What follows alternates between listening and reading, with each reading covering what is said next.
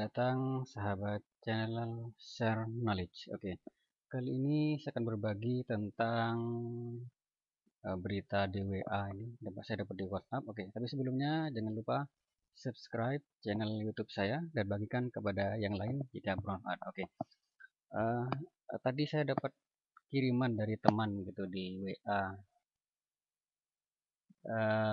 Mungkin ini WA berantai karena dia juga dapat dari orang lain gitu. Katanya disuruh komentar. Ya, saya pun juga terpancing untuk komentari. Sudahlah, saya mau saya komentari di YouTube ini begitu ya. Dan saya berbagi pada teman-teman yang lain. Judulnya di sini edisi 160, sertifikasi dai dan deradikalisasi.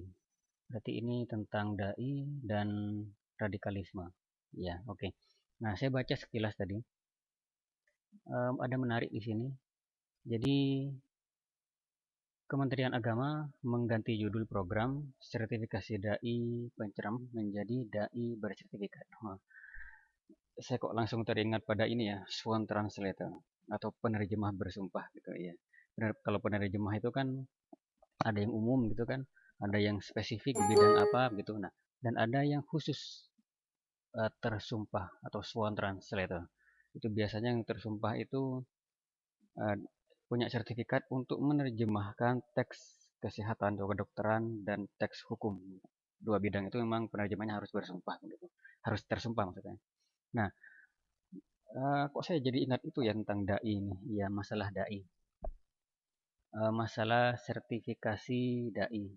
Berarti di sini topik yang dibahas di sini saya baca tadi tentang radikalisme atau tuduhan radikal atau dai dan semacamnya begitu. Iya. Kalau menurut saya sih sertifikasi dai bagi suatu negara sih boleh-boleh saja sih menurut saya. Iya. Tapi kalau saya baca artikel ini, kayaknya artikel ini tidak setuju dengan sertifikasi. Karena menurut dia akan banyak dai yang akan dituduh radikal begitu. Sampai ditanyakan di sini apakah ada dai radikal gitu ya. Tapi berbahaya juga kalau tidak ada sertifikasi dari negara. Contoh misalkan bagaimana jika ada dai yang mengajarkan bahwa Islam itu misal dulu pernah di daerah saya gitu ya.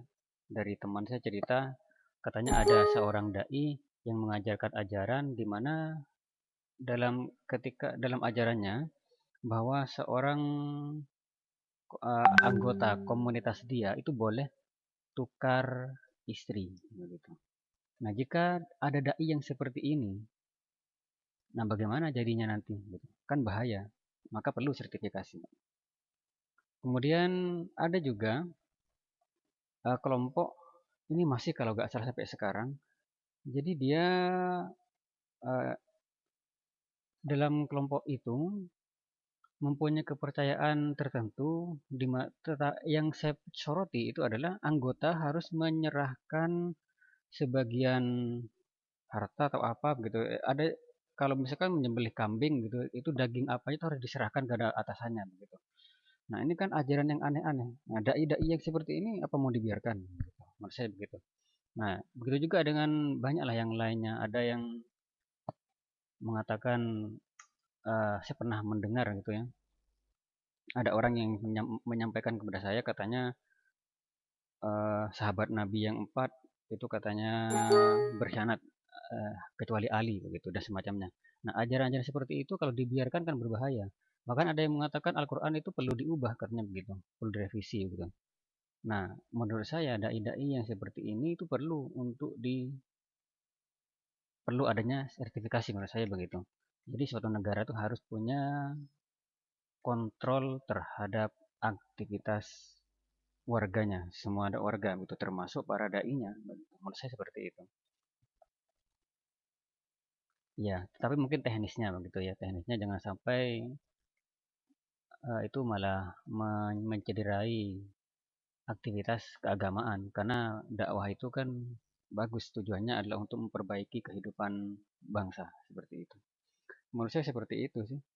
Nah, tapi memang mungkin banyak kecurigaan ya.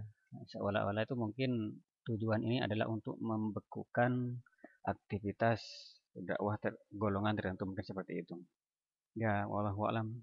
Tapi menurut saya sih, saya rasa perlu suatu negara itu punya kontrol gitu. Entah dengan cara apa kontrolnya, tidak harus dengan sertifikasi, harus harus dipantau begitu. Ya, saya rasa begitu tentang eh, dai bersertifikat. Nah, tapi pada kenyataannya nanti misalkan ada sertifikat atau dai bersertifikat, toh nanti sebenarnya audiens sendiri sih yang menentukan. Meskipun ada dai yang semangat berdakwah, tapi kalau masyarakat tidak mau mendengar ya percuma kan. Tetapi ada juga orang yang berilmu, dia tidak suka berceramah, tapi didatangi orang. Setiap hari siang malam ada orang bertamu ke rumahnya dan mendengar kata-katanya. Nah itu gimana? Itu kan memang dia tidak datang ke pentas atau tidak datang ke masjid, tapi dia didatangi orang. Nggak sama saja begitu. Iya. Jadi intinya sih sebenarnya pemerintah harus mengontrol begitu. Ya menurut saya seperti itu. Oke, mungkin itu saja dari saya tentang dai, sertifikasi dai. Sekian. Ya, semoga lah Indonesia ini ke depan semakin baik.